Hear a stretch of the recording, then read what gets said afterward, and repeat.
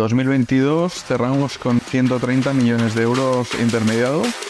Hoy estamos con Albert Milian, portfolio manager y portavoz de Sotheby's Barcelona y Costa Brava. Sotheby's está en 81 países, más de 1.000 oficinas, más de 26.000 agentes por todo el mundo. Un pequeño inciso, me parece una locura que esta marca lleve casi 300 años. Si quieres trabajar en Sotheby's, tira a la basura el manual del comercial inmobiliario. La consecuencia es que estamos vendiendo un piso, pero lo primero que vendemos es la confianza. ¿Nos podrías decir la persona más conocida a la que habéis vendido una propiedad? Pues bueno, sí, claro, es que te entra un famoso X, claro, como saques el móvil es que está escrito. Empecé pues haciendo mi propia cartera, puerta fría. Sotheby's es una grandísima empresa a nivel empresarial y a nivel humano. ¿Crees que se le tendría que dar una vuelta al tema de la educación? ¿O vamos a la conexión universidad-empresa? ¿O es que seremos los campeones del mundo de la titulitis? Con la teoría no vas a ningún lado. Es arremangándote, bajando al barro y innovando a partir de lo que sabes. Al final lo mío era el ladrillo. Aquí hemos venido a hablar de ladrillo. Muy buenas a todos y bienvenidos a un nuevo episodio de La Voz del Ladrillo. Hoy estamos con Albert Milian, lo he pronunciado bien, portfolio manager y portavoz de Sotheby's Barcelona y Costa Brava. También lo has pronunciado bien, Sotheby's. Genial. Muchas gracias por venir, lo primero. Gracias a vosotros. Y a todo tu equipo, a Christoph, a Iria, a los promotores que nos han dejado, que ahora los mencionamos, nos han dejado este piso para grabar. Y con muchas ganas de grabar este episodio. Creo que va a ser súper interesante, tenemos muchas cuestiones, muchos temas que queremos tocar. Y lo que te comentaba antes, conversamos, sacamos temas, explicamos todo tranquilamente. Y cualquier tema que quieras comentar, como lo que me has dicho antes y tal, adelante. Perfecto. Genial. Antes de nada, este piso estamos en Paseo Gracia 30, ¿correcto? Que es una promoción de Twin Peaks Capital. Así es. Muchísimas gracias porque nos han dejado este piso con 2-3 días de antelación, así que dar las gracias lo primero. Y luego haremos, si te parece, más detalles acerca de esta promoción, precios. Sí, claro, por supuesto. Yo creo que puede ser súper interesante. Así que, sin más dilación, vamos a comenzar. Vamos al lío, ¿les parece? Perfecto. Bueno, primero de todo, muchas gracias por invitarnos y nada, ya os he dicho, soy un poco un libro abierto, dispuesto a responder a todo lo que queráis y sobre todo a que podáis aprender del sector inmobiliario de lujo, especialmente de Barcelona. Genial. Pues mira, si te parece, a mí me gustaría comenzar con Sotheby's. Al final para mí ha sido una marca durante años de referencia. De hecho, a Christoph lo conocí hace unos cuantos años por aquí y tenía ganas para esta entrevista, para este podcast, para entender lo que comentabas tú, ¿no? Cómo funciona Sotheby's Barcelona por una parte, qué tipo de clientes tenéis, cómo funciona a nivel mercado inmobiliario de lujo, porque es muy diferente al tradicional, funciona de otra manera, ¿no? Y cuando la otra entra en recesión o tiene un parón, esto no se ve afectado de la misma manera. Y me gustaría empezar con Sotheby's Barcelona, cómo comenzó, ¿vale? Si puedes contar un poquito la historia, cuándo, con quién y por qué surge el proyecto, ¿no? A ver, por poner un poco en contexto de lo que es la marca Sotheby's, estamos hablando de una marca que nace en 1744, si no recuerdo mal. Es la famosa casa de subastas de obras de arte, con un nivel de reconocimiento impresionante a nivel global. Y sería ya a 1970 y pico, no recuerdo ahora el año concreto, que se dieron cuenta de que evidentemente habían atraído a un cliente con un gran poder adquisitivo, que en ese caso pues compraba obras de arte, y que ese mismo cliente tenía una demanda muy concreta pues para joyas, para vino y para casas. Entonces se abrió la división inmobiliaria, donde hubo pues ese traslado de un cliente que compraba piezas de arte espectaculares a comprar piezas inmobiliarias también espectaculares. A partir de ese 1970 y pico, que no recuerdo ahora la fecha exacta, se hizo una expansión global en la que a día de hoy Sotheby's está en 81 países, más de 1.000 oficinas, 1.075 si no recuerdo mal, más de 26.000 agentes por todo el mundo. Por lo tanto, estamos hablando de una marca de una presencia global, no internacional, de decir tengo oficina en Londres, en Nueva York, tal, no es global, todos los continentes. Y eso pues se ha conseguido evidentemente atrayendo a ese cliente que mencionaba para llevarlo a esos destinos paradisíacos en algún caso, de gran lujo en otros o grandes capitales mundiales. ¿Cómo empezamos aquí? ¿Qué me he enrollado? Un pequeño inciso, a mí me parece una locura porque no me acuerdo del año, pero era 1700 algo, que esta marca lleva casi 300 años. 1744. Es una auténtica barbaridad. Es una de hecho, será una de las empresas más viejas que esté en activo, probablemente. Seguramente. Y de hecho, es que el prestigio como marca no ha hecho más que aumentar. Sí, yo creo que cogemos un ranking de marcas prestigiosas o de valía de marca a día de hoy, aparece Sotheby's, pero es que aparecía hace 100 años. Mantener esto es muy, muy difícil y realmente, si seguimos como seguimos, dentro de 100 años, pues yo creo que no va a ser una marca reemplazada por una inteligencia artificial, sino que va a ser un sello de calidad. Completamente. Sí, ahora dicen que sobre todo los negocios pues tienen un ciclo de 15, 20 años y vamos, es impresionante que lleve, pues, lo que comentas, 300 años la marca. Y cada año que pasa es lo que te comentas. Al final va cogiendo más prestigio año a año. Sí, es un tema de prestigio y es un tema también de la importancia que tiene la gente que trabaja en Sotheby's, pero sobre todo el cliente. Es un cliente que hablaremos más adelante si quieres, pero que quiere un trato muy personal. Por eso te decía, no es algo que una inteligencia artificial pueda reemplazar y tal. Es evidente que la tecnología nos ayuda a día de hoy y nos va a ayudar muchísimo más en el futuro. Pero lo que sí que notamos mucho es que el cliente que pisa la oficina quiere ese trato personal. Sí, yo creo que es la base al final. Esa relación personal no se va a perder, se valora mucho, incluso en este tipo de entornos que son, digamos, de clase más alta, ¿no? Se valora incluso muchísimo más. Eso no creo que cambie mucho. No cambia. Es la clave. Sí. Al final, para trabajar en Sotheby's, si me preguntas cuáles son las cualidades que tiene que tener una gente, la principal es la empatía. Y es el interlocutor que tengo delante, empatizar con él y saber también escucharle y saber qué es lo que quiere. O sea, al final, para vender lujo, para vender pisos de lujo, en Sotheby's siempre digo, la consecuencia es que estamos vendiendo un piso. Pero lo primero que vendemos es la confianza. Si tú no le has vendido tu confianza al cliente, no te va a comprar. Si tú le vas a ir con una triquiñuela, se va a dar cuenta y no es que no te va a comprar, es que la marca queda fatal. Sí. Entonces estamos hablando de los estándares muy altos, que evidentemente el trato personal es la clave. Tiene todo el sentido. Al final es una marca con muchísima reputación y mantener eso se basa en las personas. En lo que tú dices. Entonces, con lo que has comentado un poco con la historia de Sotheby's, a mí me interesa saber cómo surgió un poco el hecho de montarlo aquí, por una parte, en España, porque no sé si fue la primera filial, digamos... No. Antes de Barcelona estaba Marbella. Vale, luego entraremos en eso. Y me interesa saber cómo funciona la relación matriz-filial. Es decir, si yo mañana quiero montar la marca Sotheby's, por ejemplo, en San Sebastián, en el norte, en Bilbao, lo que sea, ¿cómo funciona esa relación? ¿Cuáles son las condiciones, cuáles son los requisitos para poder hacer eso? A ver, no es para desanimarte, ¿eh? Ni mucho menos. Yo creo que ahora mismo el tema de derechos de marca no sé cómo están, pero creo que en España ya está totalmente copado en el territorio. Otra cosa es que esté o no la oficina abierta. De todos modos, el apoyo que tenemos con la casa madre, digamos, es total. Y al final es por lo que te decía, por la importancia de la marca. La marca quiere que tú seas el mejor. Y tú tienes que ser el mejor. Por lo tanto, os vais a apoyar mutuamente siempre. Y nos da unas herramientas de marketing que son, pues como decía, a nivel global. Lo que estás viendo en Barcelona a nivel de estilo, lo vas a ver en Hong Kong, o lo vas a ver en Dubái, o lo vas a ver en Nueva York. Eso lo noto mucho con vuestras páginas web, por ejemplo. Sí, eso.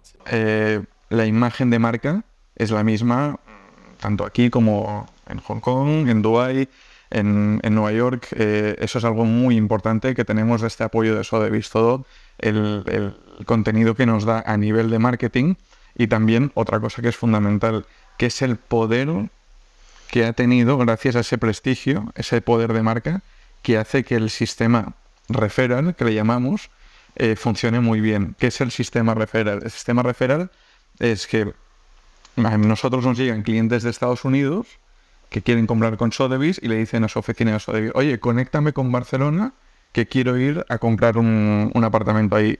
O el señor de Londres, que en lugar de llamar, se va a la oficina de Sotheby's para que te conecte con Barcelona. Es impresionante el poder que tiene Sotheby's en eso. Y llevo ya unos cuantos años, digamos, en el sector, conozco gente de otras empresas y os puedo garantizar que el poder del referral en Sotheby's es inigualable a día de hoy para este tipo de clientes. Claro, al final lo que comentas es que al final, uno tiene una filial en donde sea, viene un cliente que habitual y dice, oye, quiero coger un piso en Barcelona. Entonces ya os llaman a vosotros y al final es un sistema totalmente conectado y al final, bueno, pues es muy potente eso, es muy potente. Y de hecho, también, no, perdón. Sí, no te preocupes, no te preocupes. Dime. No, quería comentar también una anécdota de cómo es este poder de la marca y sobre todo con la presencia que tiene en Estados Unidos, que Sotheby's ahí, Sotheby's, es una marca muy, muy importante y el sistema inmobiliario ahí es completamente distinto. Tú ahí estás contratando a un agente, que es el que te representa, tanto como comprador o vendedor, para que te busque. Si lo contratas como comprador una propiedad, y si es como vendedor, pues oye, que busque otro agente que tenga el comprador. Claro, en Estados Unidos jugamos con mucha ventaja cuando estamos en Barcelona. ¿Por qué? Porque hay un momento de boom norteamericano en Barcelona que se cree que el sistema es como en Estados Unidos. ¿Qué pasa? Que viene ya directamente por la marca y nos dice, oye, es que yo voy a comprar con vosotros, sí o sí, pero es que he visto en otras webs estos otros pisos y nos pasan los links de toda la competencia. Y me dice, yo compraré con vosotros, buscaos la vida para que visitemos todo esto. Claro, esto te da un poder de mercado increíble. Impresionante. Impresionante. Sí. Claro, y supongo que tú cuando tienes un cliente que quiere comprar algo de otra inmobiliaria, otra tal, supongo que compartís parte de la comisión, ¿no? De venta de... Bueno, funciona así. Ahí cuando el cliente ya lo tienes tan fidelizado que te dice, quiero visitar esto y voy a llegar en 2 meses, también es cierto que tienes 2 meses para intentar incorporar ese producto. Claro. Porque también os digo una cosa, buena parte de este producto es muy probable que ya estemos en contacto con el propietario previamente, porque todo lo que sale, estamos ahí para... Estáis eligiendo. Exacto. Entonces, es algo que cuesta poco, pero si te refieres a alguna colaboración puntual, evidentemente sí. Claro, tiene lógica. Yo quería entrar también un poco a nivel negocio para entender cómo funciona esa relación que comentaba antes de la matriz y filiales, por ejemplo. Vosotros entiendo que sois una empresa independiente, ¿no? Uh-huh. Que trabajáis con la misma marca. Sí. Y luego no funciona ni con un estilo franquicia o royalties, o ¿cómo funciona esto en caso de Sotheby's? Bueno, me gusta lo que dices de si funciona como estilo franquicia o no, porque realmente, si lo miramos desde el punto de vista legal, podríamos decir que somos una franquicia. Uh-huh.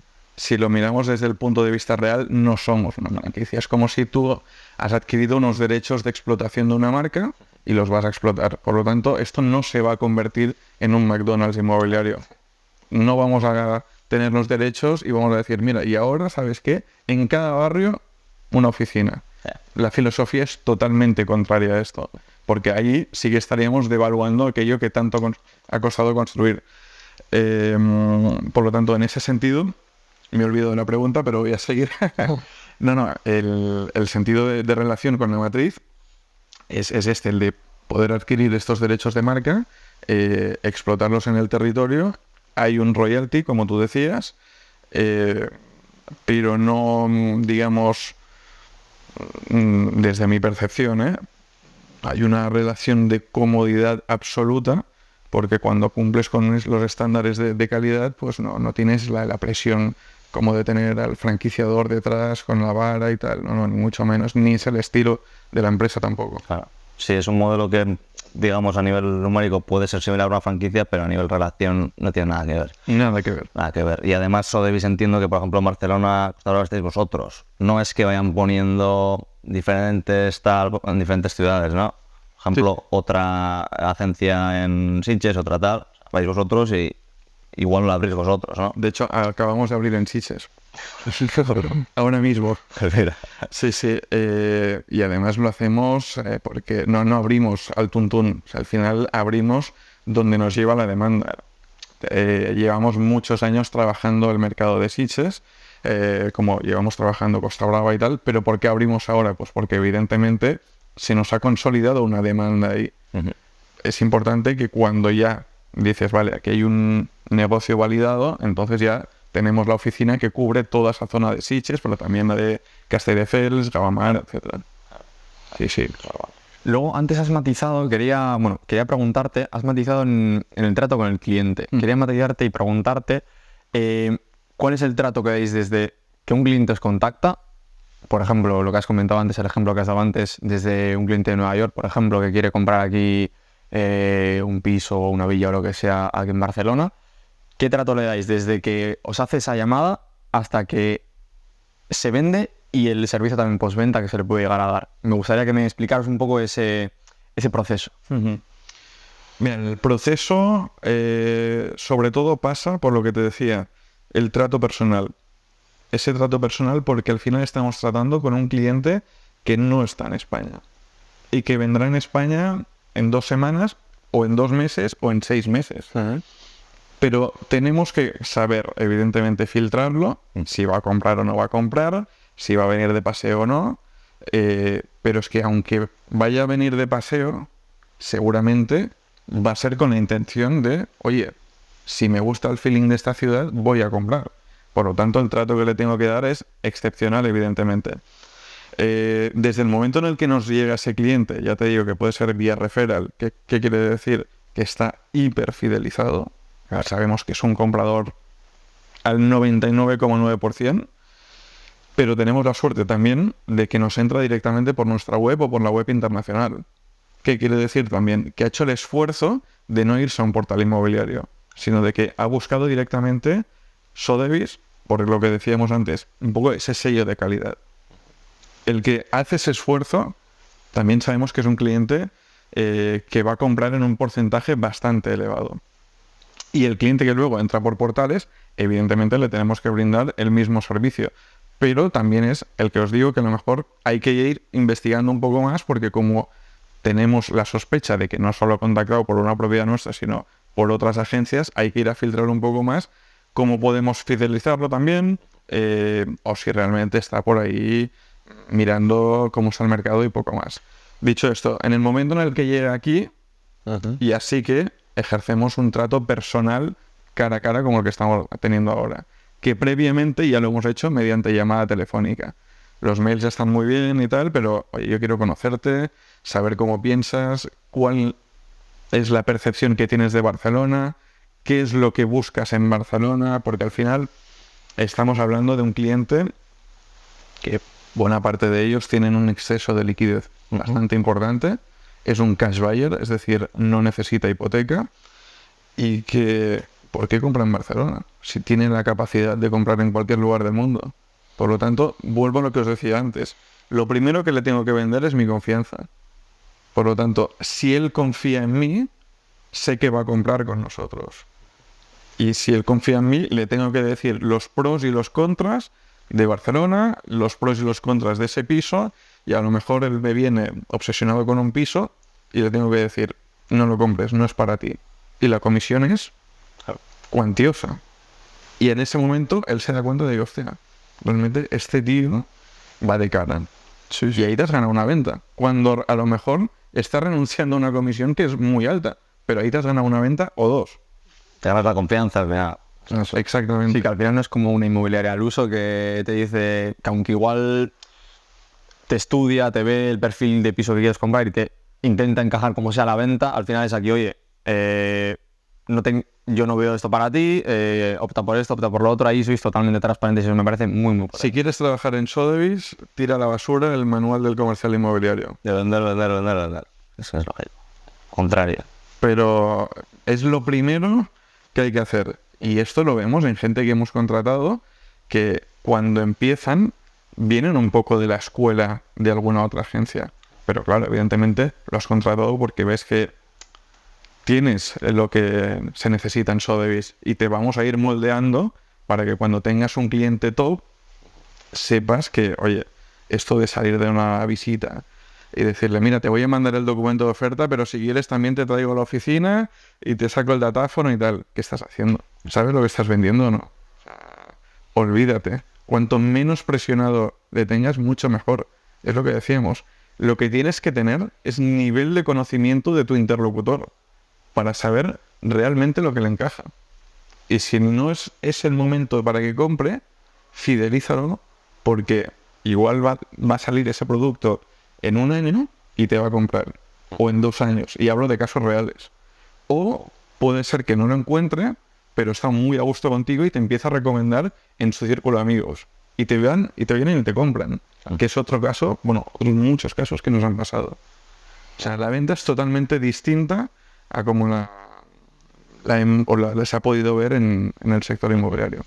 Yo quería tocar una cuestión relacionada con vuestro perfil de cliente y demás. Leí el otro día un artículo que decía que el año pasado el 80% de vuestros compradores eran estadounidenses. No, extranjeros. Extranjeros. Vale. El porcentaje de estadounidenses roza el 30%. Al 30%, que es bastante, algo así. Vale. Esto supongo que fue también por la paridad de euro-dólar, ¿no?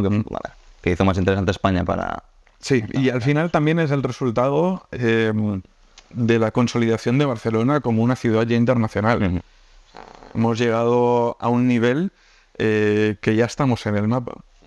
Y hace 20 años empezábamos a estar en el mapa, o hace 30 años cuando las Olimpiadas.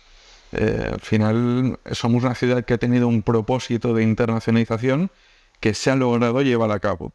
Y ahora estamos recogiendo los frutos. Pero estamos recogiendo los frutos, claro, y os puedo hablar a nivel inmobiliario. Si bajamos a la calle y nos vamos a distintos restaurantes, vais a ver que la gastronomía en Barcelona está al alza también. Y bueno, a nivel turístico no hace falta que os lo diga, ¿no? Pero que al final esa internacionalización ya sabemos que se ha hecho bien y la marca Barcelona ya es reconocida. Por lo tanto, los americanos, ¿cuál es la relación que tenemos? Lo que decías, en la situación euro-dólar, pero también lo que os decía, la marca Sotheby's en Estados Unidos está en el top. Por lo tanto, ya cuando vienen a España, vienen pensando muchos de ellos en, vale, yo voy a comprar aquí y voy a comprar con Sotheby's. Es lógico. Si tienes la confianza ya en el sector americano, en el mercado estadounidense, pues luego trabajas con la misma. Totalmente. Propiedades en otras. Totalmente. Países. Sí. Al final es como un comprador, por ejemplo, de Apple, que si compra una vez, siempre va a seguir comprando y está a gusto con esa marca y va a seguir Es así. con eso, al final. Es así. Bien, pues quería pasar un poco más al Sotheby's Barcelona Costadora, cómo funciona. Creo que tenemos algunas preguntas interesantes. Si os parece, empezamos comentando un poco acerca de esta promoción, ya que estamos aquí en Paseo de Gracia 30 años. ¿Qué tipo de pisos tenemos? ¿Metros cuadrados? ¿Valor? Si os puedes contar un poquito, esto cuánto, supongo que ahora está en venta, de hecho. Está en venta. Este piso en concreto está a la venta. Es una promoción que está en el corazón de Barcelona. Mejor dicho, es una rehabilitación de un edificio esquinero, que además es una ubicación bastante buscada, tanto el Paseo de Gracia como algo que es esquinero. Y bueno, los precios rondan los 2 millones de euros, hay algunos de 1 millón y pico, otros de 2 largo. Evidentemente, si nos vamos a los áticos, pues sube exponencialmente. Y bueno, de una arquitectura muy moderna. Estamos viendo también, pues ahora como se ve aquí el interiorismo, que también es un poco neutro, que para que guste a todo el mundo, pero que evidentemente quien lo compre tiene un servicio de interiorismo para que se lo pueda amoldar a su gusto y a su manera. Y nada, pues es una promoción de Twin Peaks Capital, y que esperemos que sigan haciendo cosas en Barcelona y les podamos ayudar también a comercializar. La verdad que es un piso, es una chulada, muy bien ubicado, una pasada. De hecho, pondremos el enlace, si os parecen, de Twin Peaks en la descripción para que la gente lo vea, si hay algún interesado. ¿Cuántos metros tiene exactamente el piso este? Este estamos hablando de unos 250 metros, más o menos. Sí, no llega a 240. Sí. Y nada, y en una de las zonas, antes que me preguntabas por los norteamericanos, en una de las zonas de más éxito comercial a nivel inmobiliario a día de hoy, que es la zona de la Champla. Vale, que si queréis podemos profundizar un poco pues sobre cómo el mercado extranjero o el cliente extranjero ha cambiado un poco el concepto y la percepción del lujo inmobiliario en la ciudad de Condal. Pues interesante. Sí. Bueno, coméntanos un poco esto que comentas. Vale. No, básicamente aquí toda la vida se ha tenido la percepción de que la zona alta es la zona, digamos, de lujo de Barcelona, Pedralbes, Sarriá, y es así. No hay ningún tipo de duda. Sí. Y ha sido así hasta que los extranjeros han empezado a pisar la ciudad y, evidentemente, se han enamorado del modernismo que tenemos en la zona de la Eixample. Se han enamorado también de Ciutat Vella, zonas como el barrio gótico, donde tenemos auténticos palacios medievales que para alguien que viene de donde sea, el hecho de estar residiendo en medio de la historia es un lujo para ellos, un lujo compartido con los que siguen viviendo gente de aquí de Barcelona. O sea, no es que vengan de fuera y nos saquen, no, ese es un lujo compartido. Igual que los que conviven en inmuebles modernistas. Y bueno, y al final se ha cambiado un poco esta percepción que decía, porque hay una tendencia, yo creo que es internacional, que al final, os pongo el mismo ejemplo a vosotros. Si mañana nos fuésemos a Nueva York, ¿dónde querríamos vivir? En Manhattan, ¿no? Uh-huh. Pues aquí dicen lo mismo, en pleno centro. Claro. Y eso también ha hecho y ha permitido que este cambio de paradigma o este redescubrimiento de Barcelona haya servido para que se vayan renovando ciertas zonas de Barcelona que habían quedado un poco grises, un poco oscuras, y que a día de hoy pues están teniendo una segunda o una tercera juventud. También es el caso de Poblenou. Era una zona totalmente industrial, y ahora mismo pues antiguas naves industriales han sido reconvertidas a viviendas, tampoco hay que llamarlas de lujo, pero a una vivienda con un gran atractivo a un capital extranjero. Uh-huh. ¿Qué está pasando? Se le está dando la vuelta a un barrio que a lo mejor, si no hubiese sucedido, pues seguiría estando, no diré gris, porque siempre ha habido una evolución, pero que a lo mejor le faltaba algo de vidilla. Entonces, ciertas zonas han ido modernizándose y cambiando, y además que han permitido también actualizar, o más que actualizar, tener en un estándar de calidad muy alto el patrimonio. Porque es un comprador que cuando viene y dice, ostras, si es que este edificio es precioso, pero ¿por qué no lo limpiáis? Por decirlo bueno. Sí. Y cuando compran algún piso y tal, son los primeros que dicen a la comunidad, oye, es que si queréis me ofrezco yo a sufragar el coste de arreglar esta portería, sí, que es una joya arquitectónica.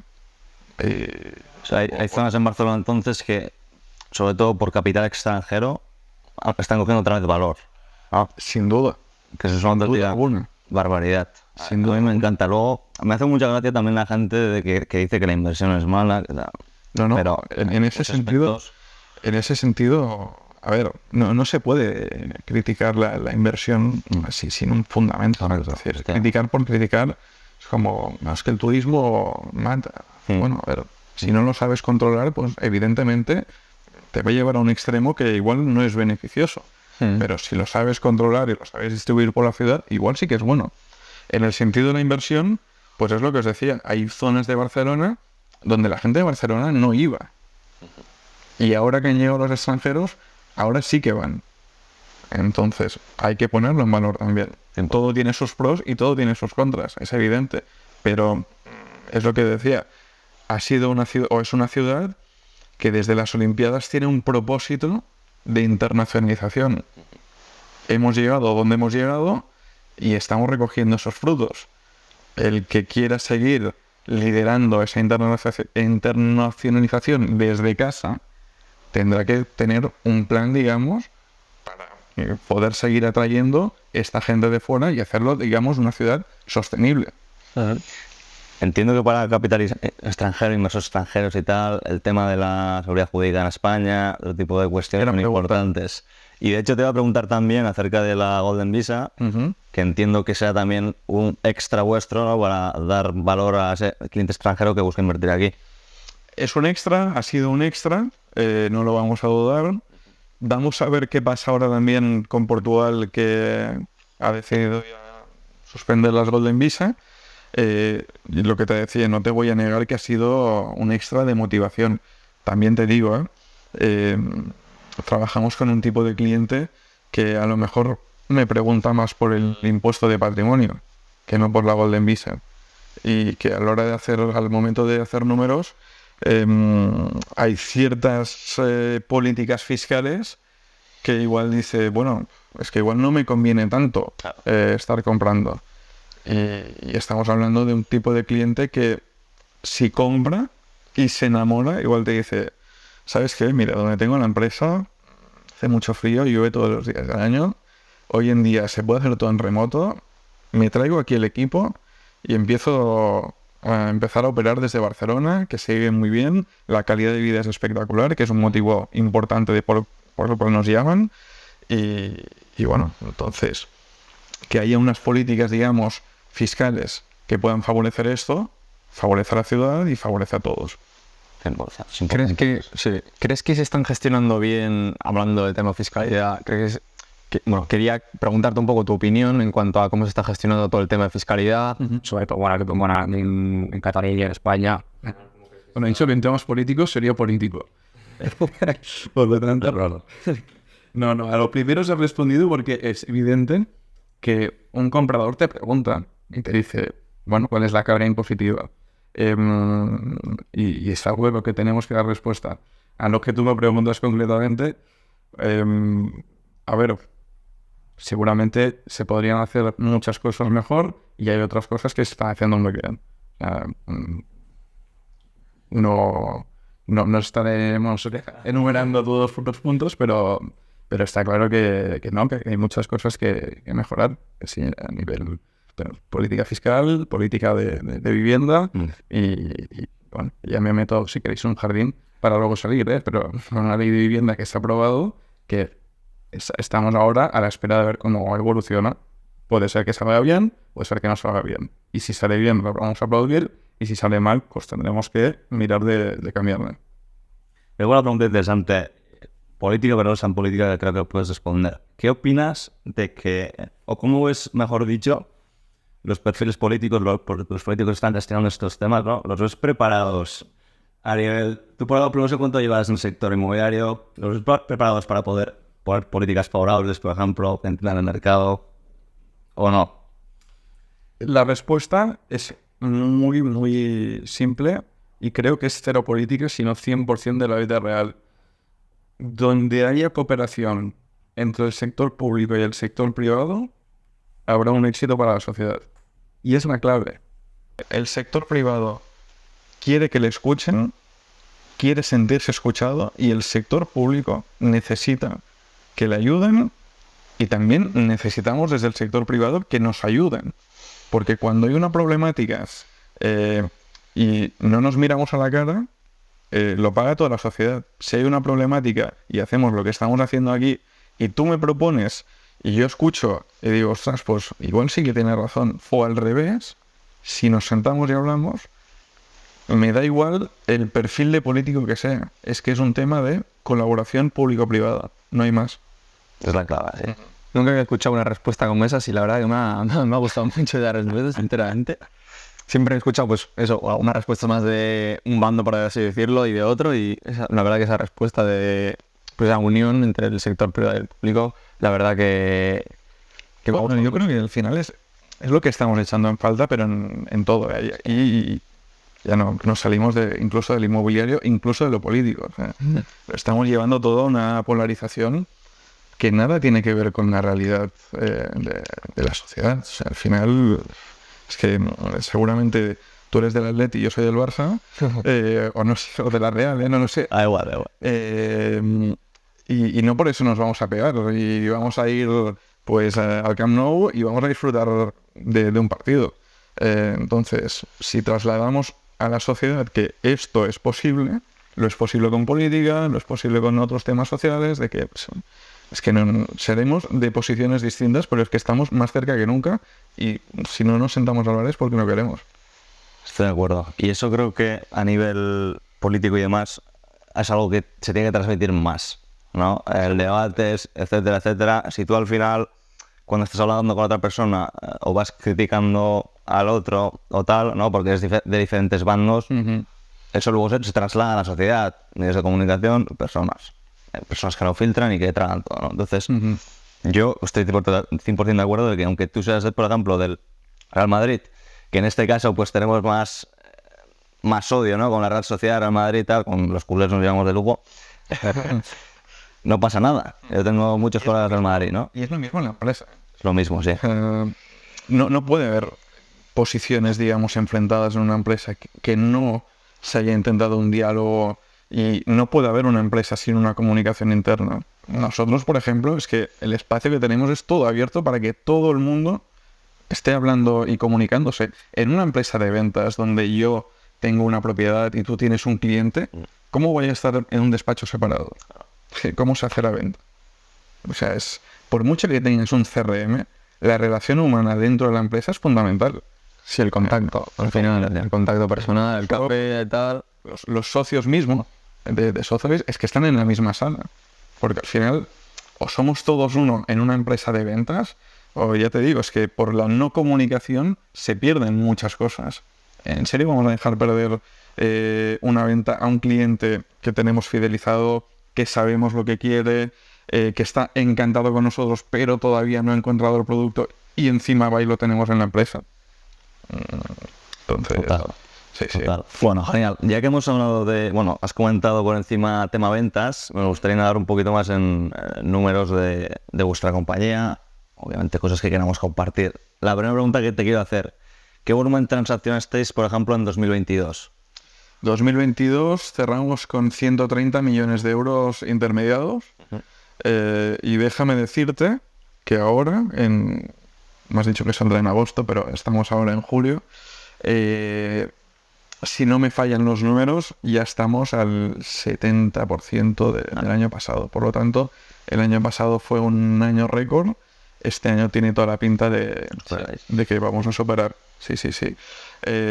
Zona, como os decía, que gusta más o que más vendemos es Eixample. ¿Vale? Media de venta en Eixample. Bueno, déjame decirte también, media de venta el año pasado fue 1.400.000. Este año estamos en 1,5 millones, que justamente es la misma media de venta que tenemos ahora mismo en Eixample. 1,5 millones. ¿Vale?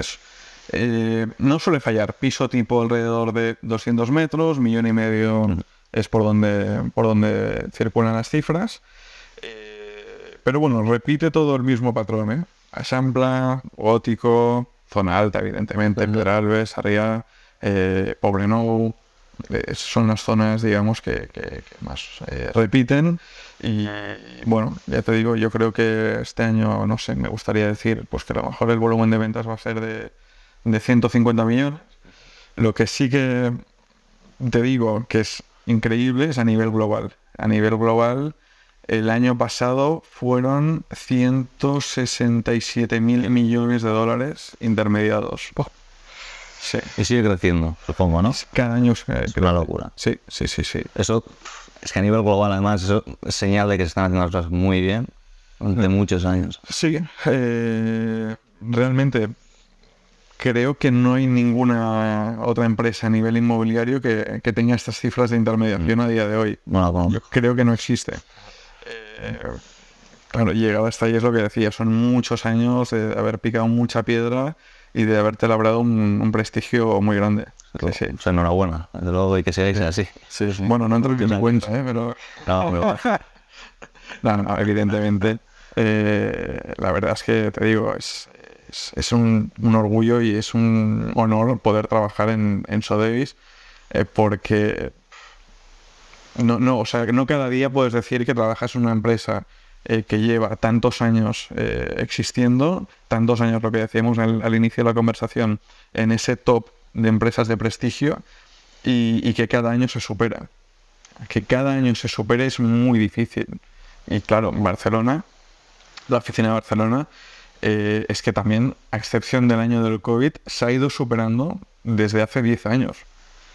O sea, síntoma también de que se están haciendo bien las cosas, de que la gestión de aquí también es buena, y evidentemente la marca te acompaña, ¿no? Por eso abrimos en Sitges, pero por eso también tenemos 2 oficinas en Costa Brava, por eso también cubrimos la zona de Maresme. Y quién sabe si en el futuro tendremos la zona de Cerdaña. Si realmente todo sigue así, es indicativo de que tendremos más aperturas. Evidentemente no las decido yo, pero como esta tendencia es sumamente buena, pues quién sabe. Totalmente. Interesante. Muy bien. Yo quería preguntarte, a ver cuál es la propiedad, bueno, si tienes el número en mente o lo que sea, a ver cuál es la propiedad más con más valor que habéis vendido, que habéis llegado a vender. A ver, la de más valor, o sea, es que yo no te puedo decir la de una de mucho valor que es la venta top, porque creo que ya nos hemos establecido en unos ciertos parámetros donde no es una venta normal ni usual, pero ya no es la primera que hacemos. Yo te diría por encima de los 15 millones. Digamos que ya es una venta que sabemos que puede ser que una al año vayamos a tener, o 2 al año. Me lo preguntas hace 10 años y te digo que es impensable, también te lo digo.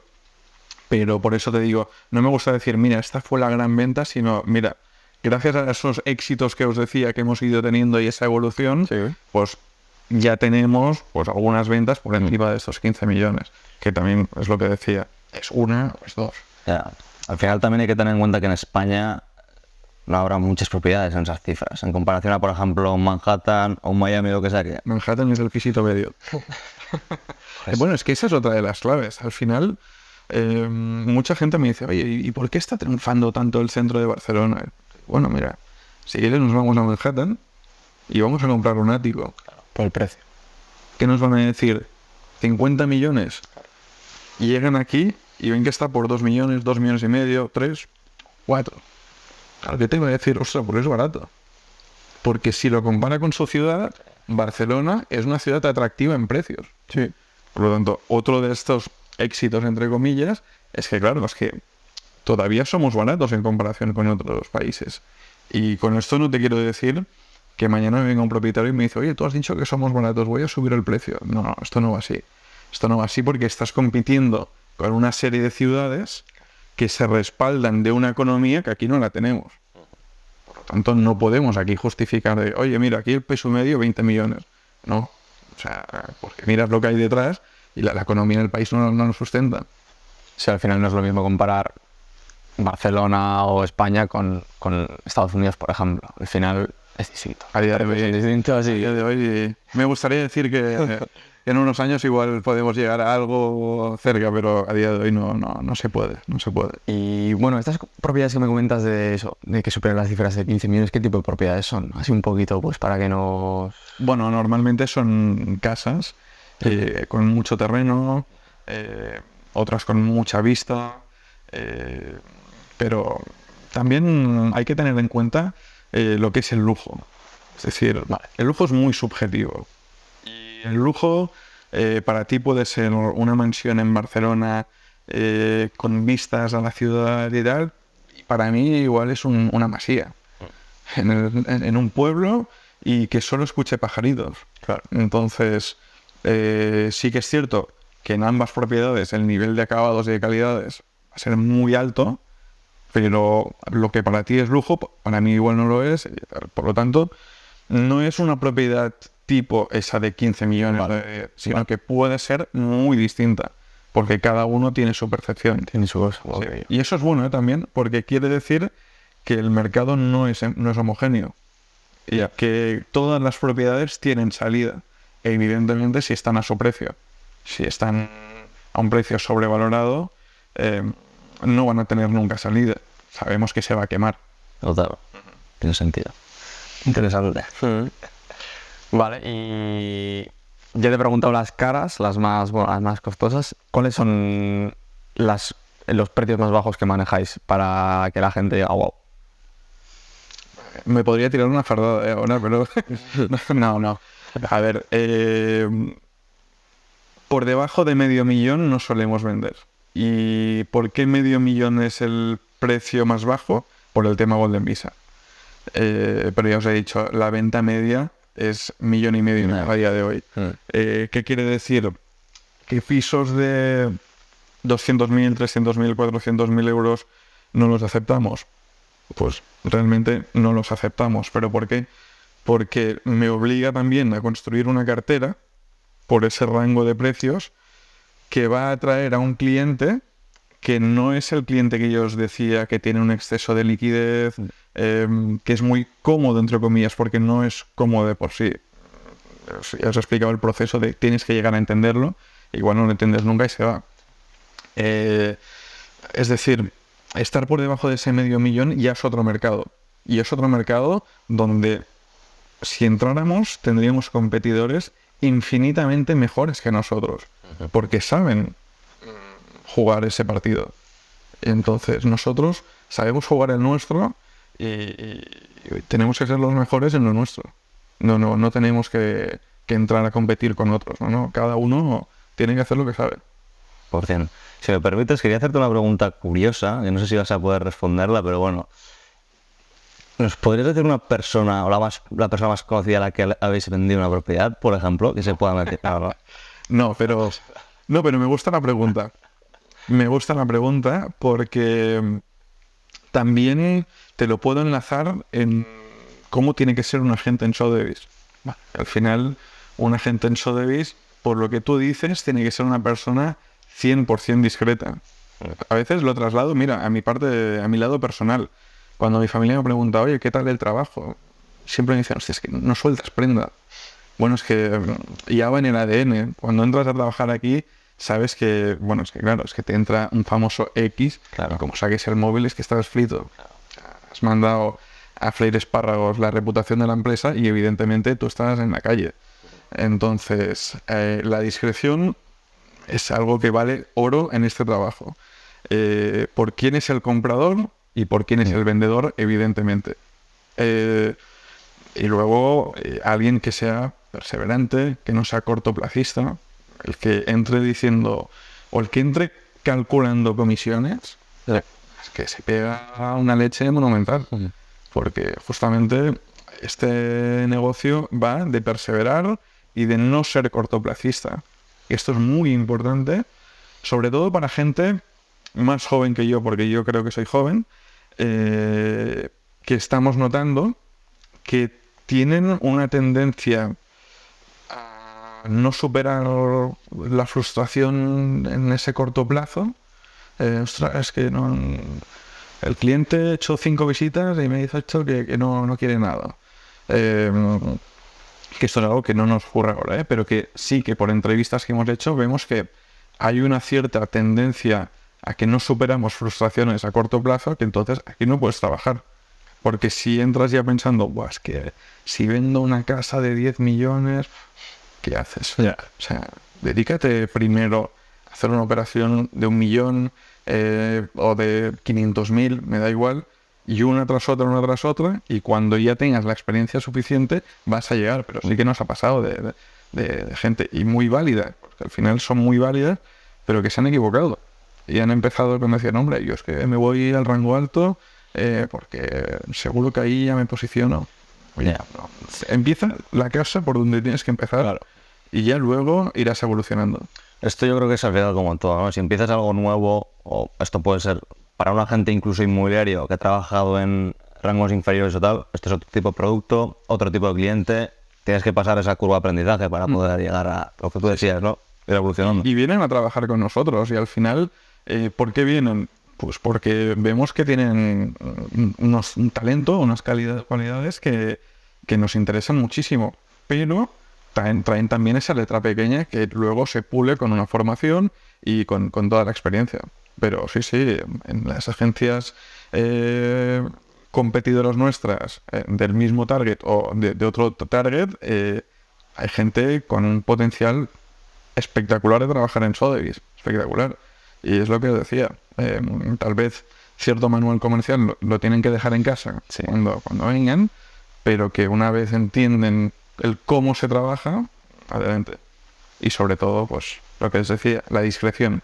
Que no se hagan un selfie en el primer famoso que ven.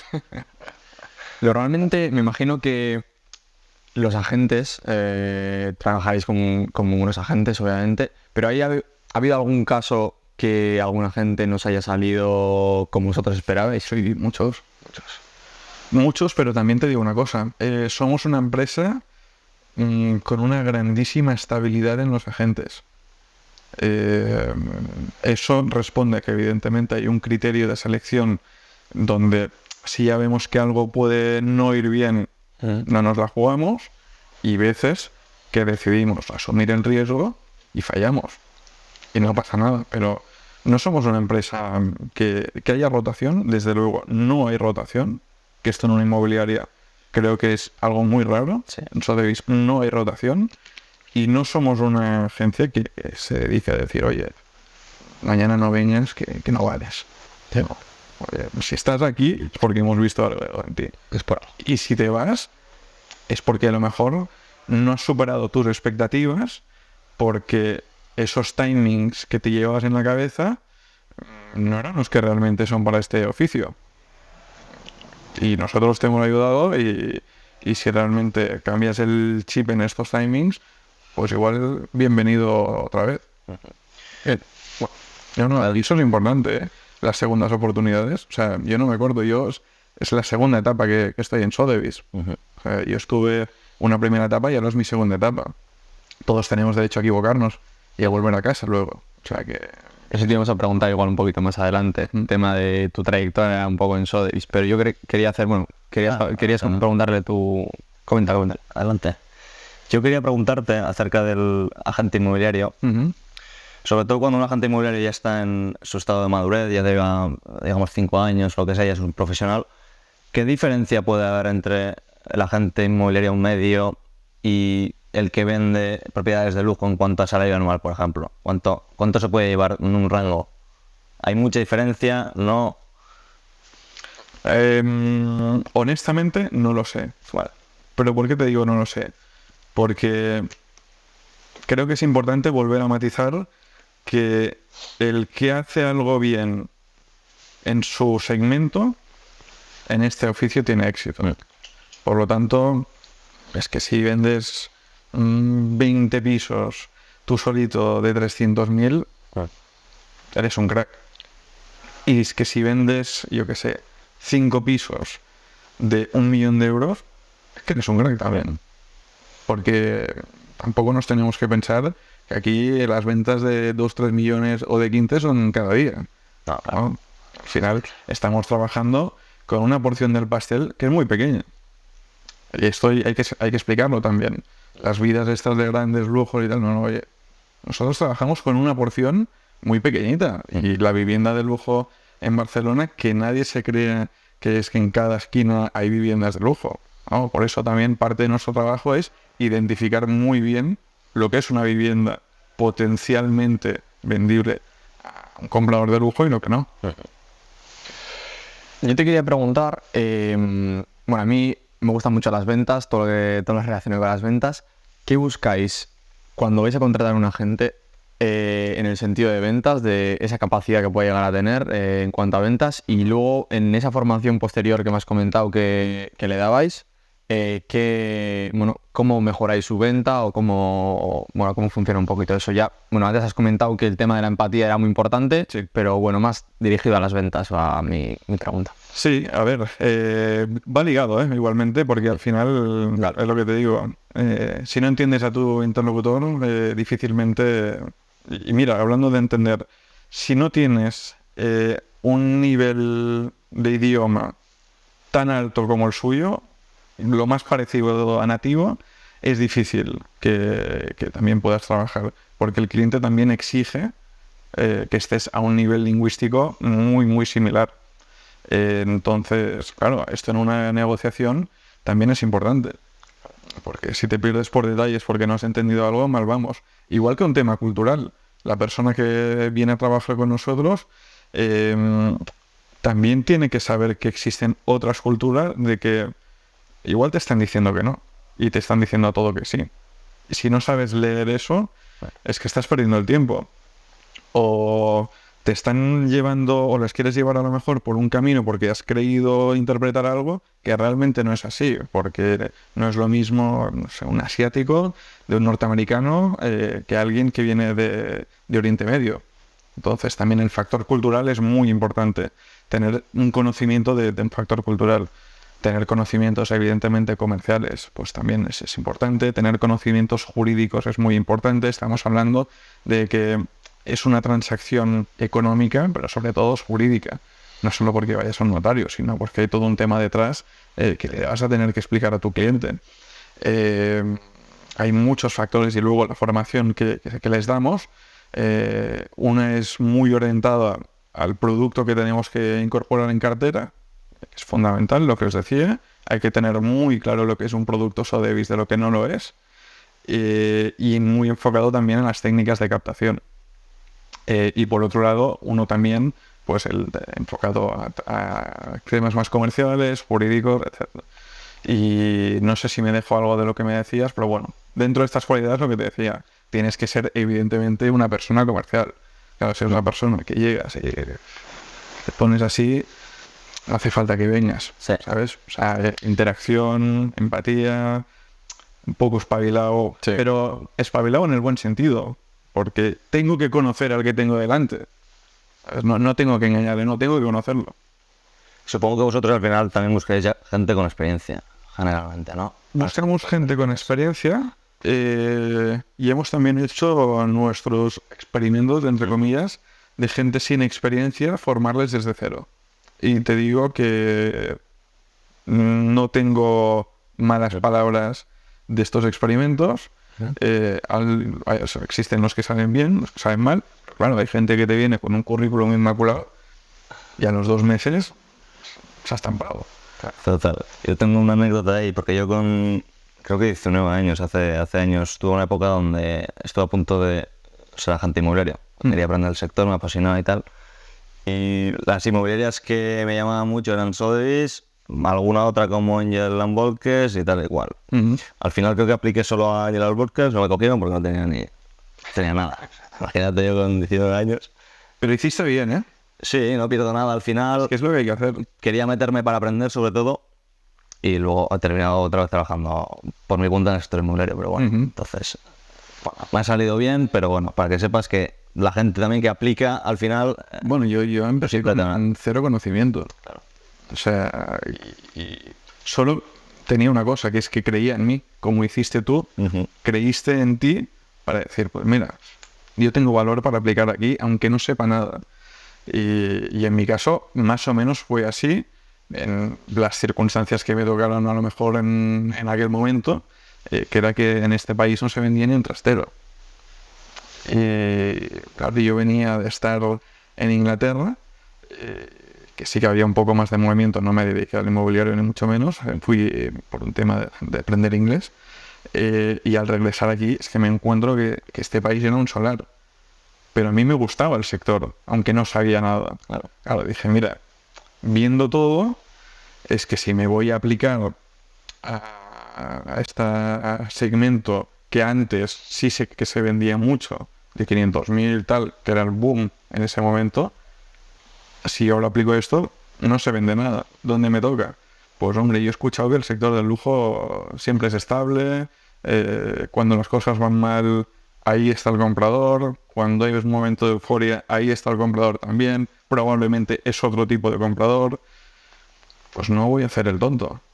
Entonces fracasé totalmente queriendo entrar en alguna agencia de lujo en ese momento, pero dije, oye, yo sigo con mi plan. Y empecé pues haciendo mi propia cartera de inmuebles a puerta fría, sin ningún tipo de comprador. Y llegué a Sotheby's y dije, oiga, que yo tengo esta cartera, pero no tengo compradores. Y así es como empecé. Sí. Y me propusieron entrar, ojo, y les dije que no. Porque seguía creyendo en mi proyecto. Pero como he dicho antes, todos nos equivocamos. Y a los 2 meses volví a llamar. Sí. Muy buena esa historia. Sí. Por eso te digo, es una empresa que cree mucho en la gente.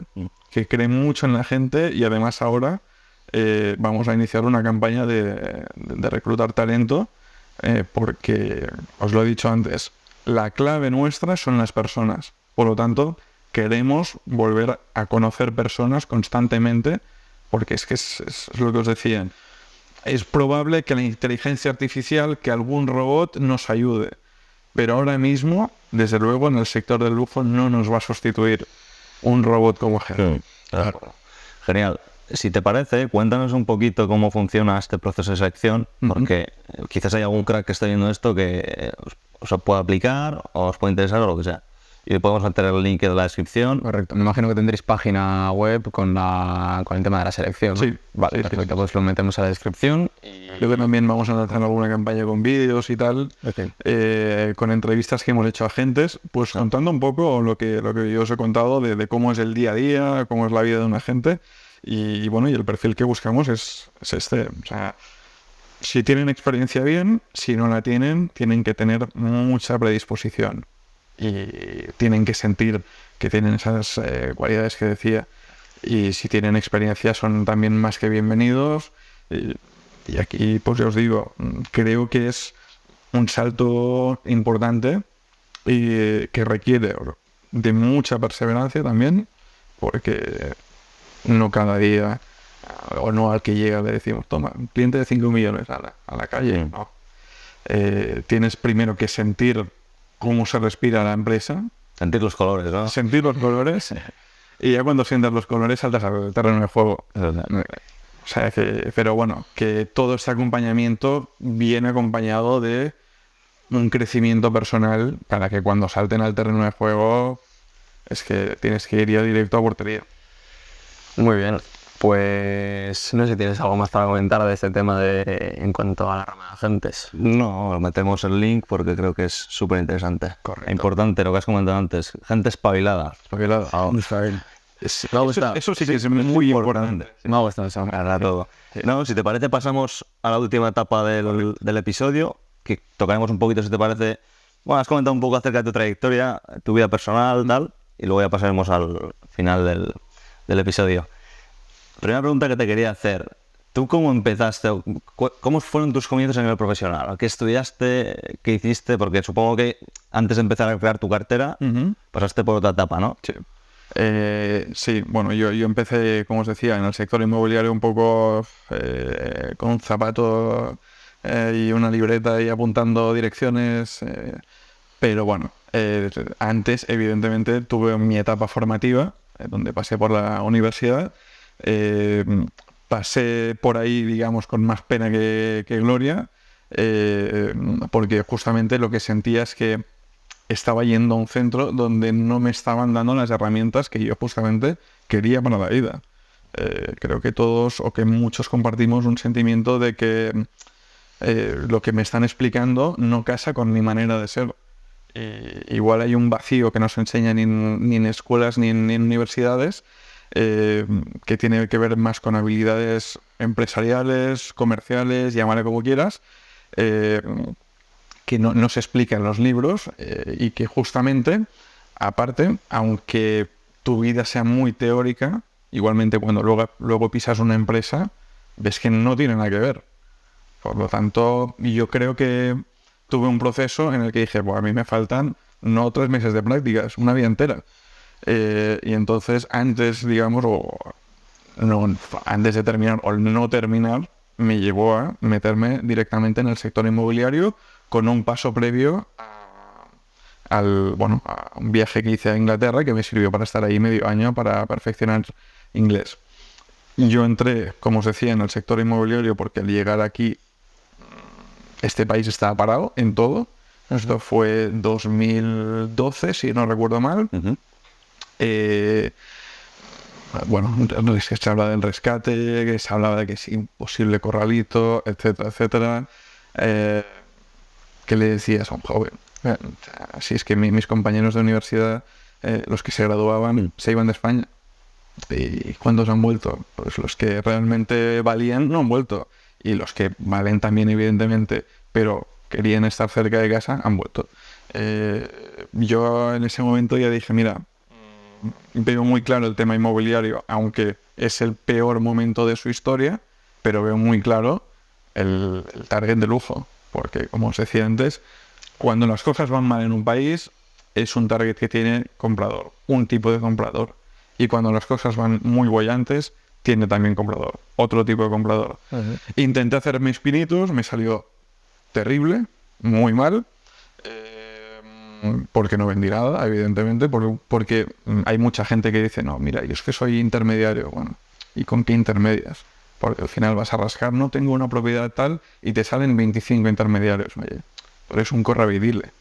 Entonces, yo con 21 o 22 años empecé como correveidile hasta que dije, no, esto se ha acabado, yo voy directo al propietario y voy aquí a crearme mi cartera de inmuebles y voy a construir una cartera que realmente entre por la vista. Y cuando ya lo tuve, lo que no tenía era el otro lado, que era el de los compradores. Y que es muy difícil acceder a este tipo de comprador. O sea, el que hoy diga, voy a abrir una agencia de lujo, que no se cree que con tener el producto es la clave. Es que, y yo creo que en Sotheby's está justamente esa clave, que de manera orgánica generamos el cliente comprador. Y nos cuesta muy mucho, pero nos cuesta como todo el mundo, encontrar al vendedor y convencerle de que tiene que trabajar con nosotros, pero lo hacemos. Y entonces allí hay un match perfecto. Pero alguien por sí mismo es muy difícil que se meta en este target. Entonces llegué a Sotheby's. Llegué a Sotheby's, les enseñé un poco el portfolio que tenía, con una edad que, bueno, yo creo que tenías que echarle mucho morro para plantarte en ese despacho y decir, mira, tengo todo esto. Y como os decía, me ofrecieron trabajar con ellos, les dije que no, porque creían mucho en mi proyecto, y al final les dije que sí, porque al final dices, bueno, a ver, ¿sabes lo que es Sotheby's, no? Y ahí, y cuando entras en Sotheby's y haces las cosas bien, despegas. Entonces, esa ha sido mi vida, que luego, evidentemente, como os he dicho, también tuve un paréntesis, donde estuve también vinculado también al sector inmobiliario, pero desde otra óptica, más de promotor. No encajé, porque lo del Excel y ver si salen los números, no soy una persona de despacho, soy una persona justamente de mucha acción y de ir donde está la movida, justamente no de estar en la pantalla. Y luego estuve en una empresa familiar, más de técnicas de comunicación, lobby, etcétera. Pero claramente es que en la cabra tira al monte. Entonces, si cuando entras a una universidad que tienes claro o no tienes nada claro lo que vas a hacer, pero ya tenías ese gusanillo por el ladrillo, yo sabía que tenía que volver al ladrillo, y es lo que hice.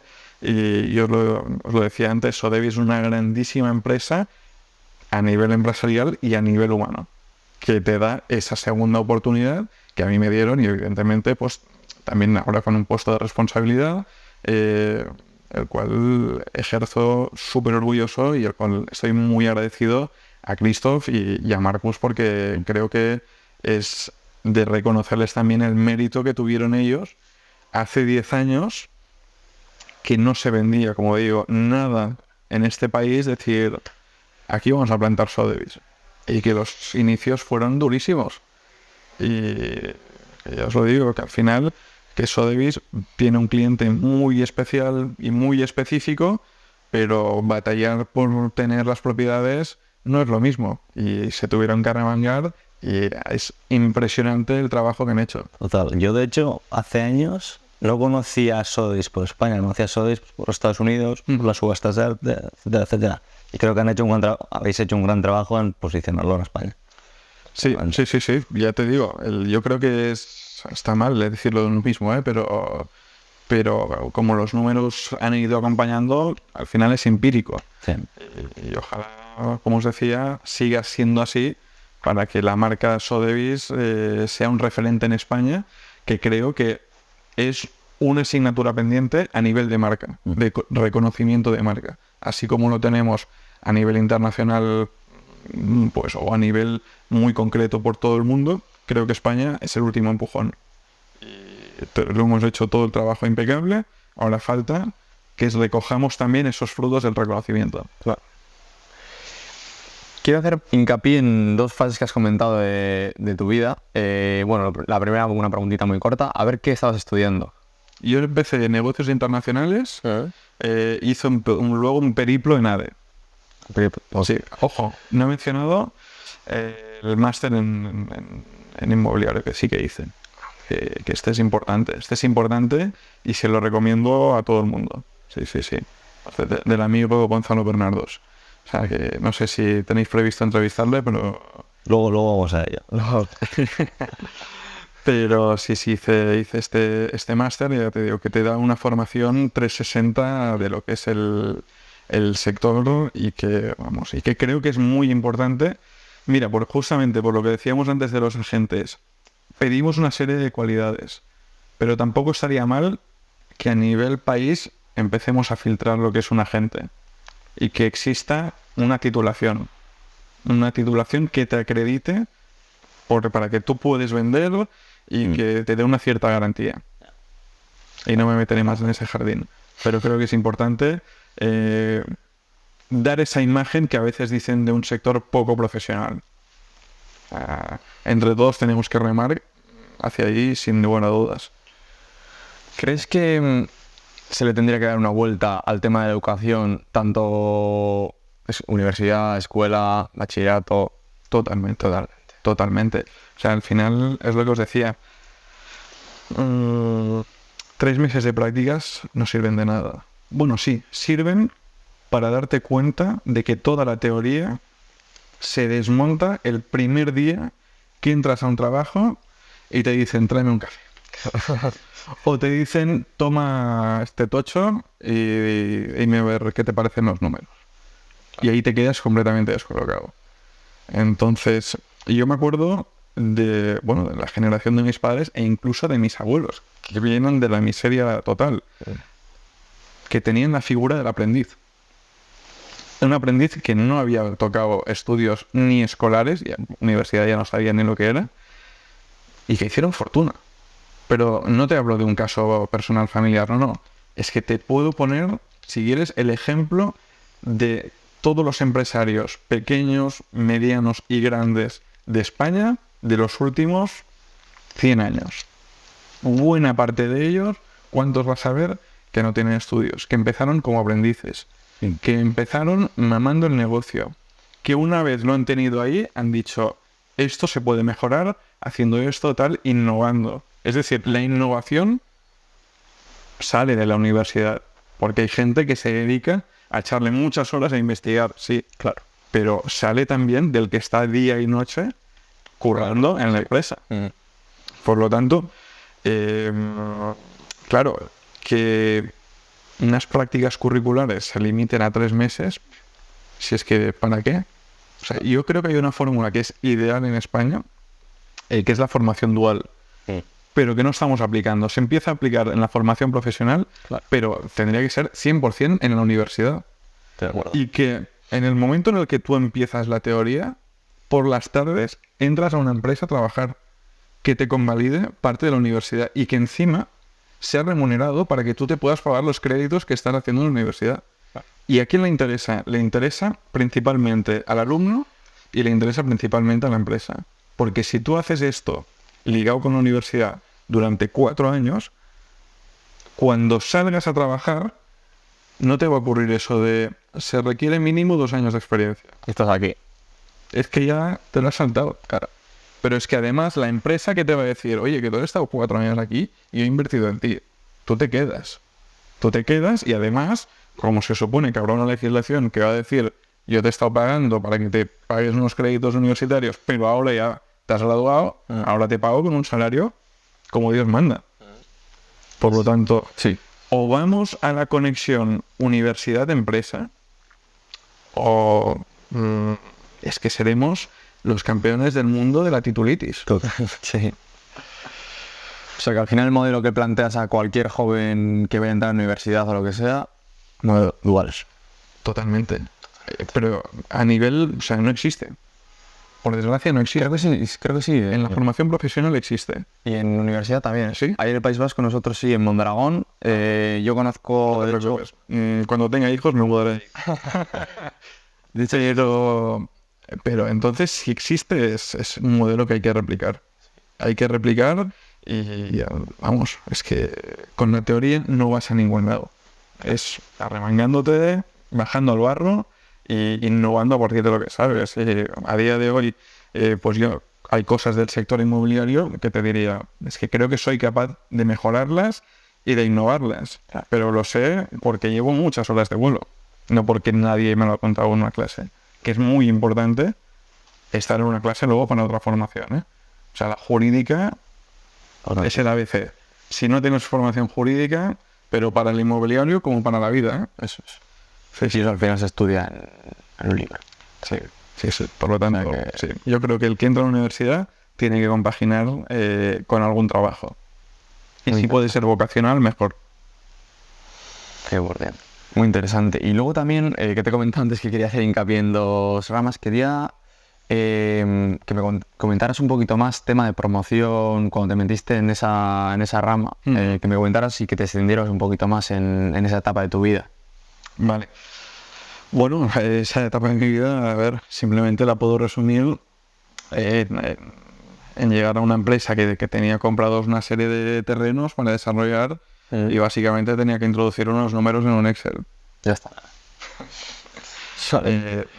Y hay gente que creo que es muy válida para este puesto de trabajo. Y hay gente que creo que la quemas y probablemente yo creo que todo el mundo en esta vida tiene que asumir los errores, que el error fue de uno mismo. Y menos mal, porque ya sé una cosa y he aprendido una cosa. O sea, aprendí de ese fracaso, no sabes cuándo.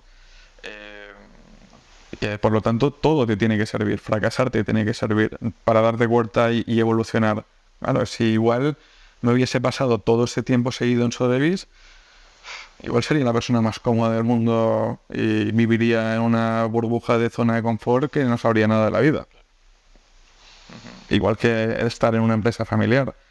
Lidiar cada día con alguien que igual en tu casa tiene un sombrero y en la empresa tiene que tener otro, pero hay una convivencia dentro y fuera, 2 generaciones que no tienen nada que ver, una irrupción tecnológica que una generación no entiende y otra sí, pero igualmente tienes que estar ahí al pie del cañón.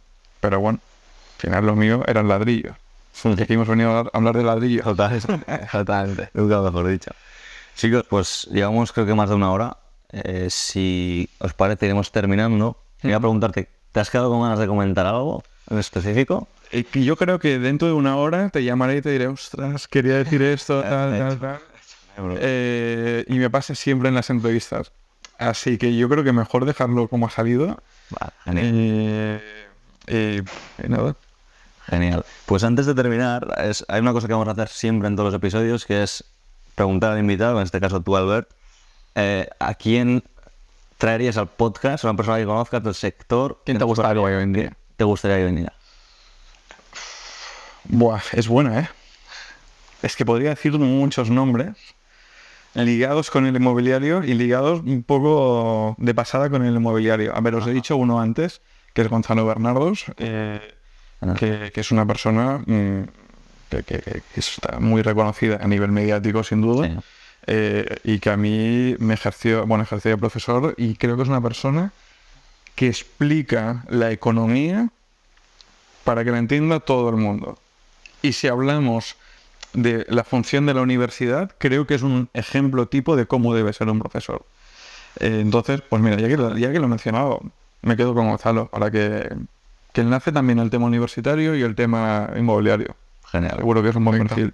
Interesantísimo. Muy bien. Bueno, intentaremos a ver si se anima. Genial. Pues gracias a todos y a todas por estar en este episodio de La Voz del Ladrillo. Gracias también a Albert por estar aquí con nosotros. Gracias a vosotros. Nos vemos en la siguiente. Si os gusta el contenido y demás, suscribiros. Intentaremos traer a gente muy interesante del sector inmobiliario. Y nada, a seguir dando caña. A ver si sacamos cosas bonitas. Sí, seguro que sí. Os felicito porque me ha encantado, ¿eh? Sí, sí. Si has estado cómodo, es lo importante. Claro que sí. Entonces, muy bien. Así que cerramos el episodio y muchas gracias a Albert, a todo su equipo y A David por estar por aquí, a David, Iria por organizar todo. Y bueno, por habernos dejado grabar aquí, que es un sitio espectacular, la verdad, aquí en Barcelona. Pues muy agradecido. Muy bienvenidos siempre que queráis venir aquí. Lo que queráis. Y nada, desearos muchísimos éxitos con el podcast, pero sobre todo también en la vida, en el sector inmobiliario, en las hostias que vendrán, en saber reponerse y en triunfar. Perfecto. Así que, Un placer, a ver. un placer. Venga.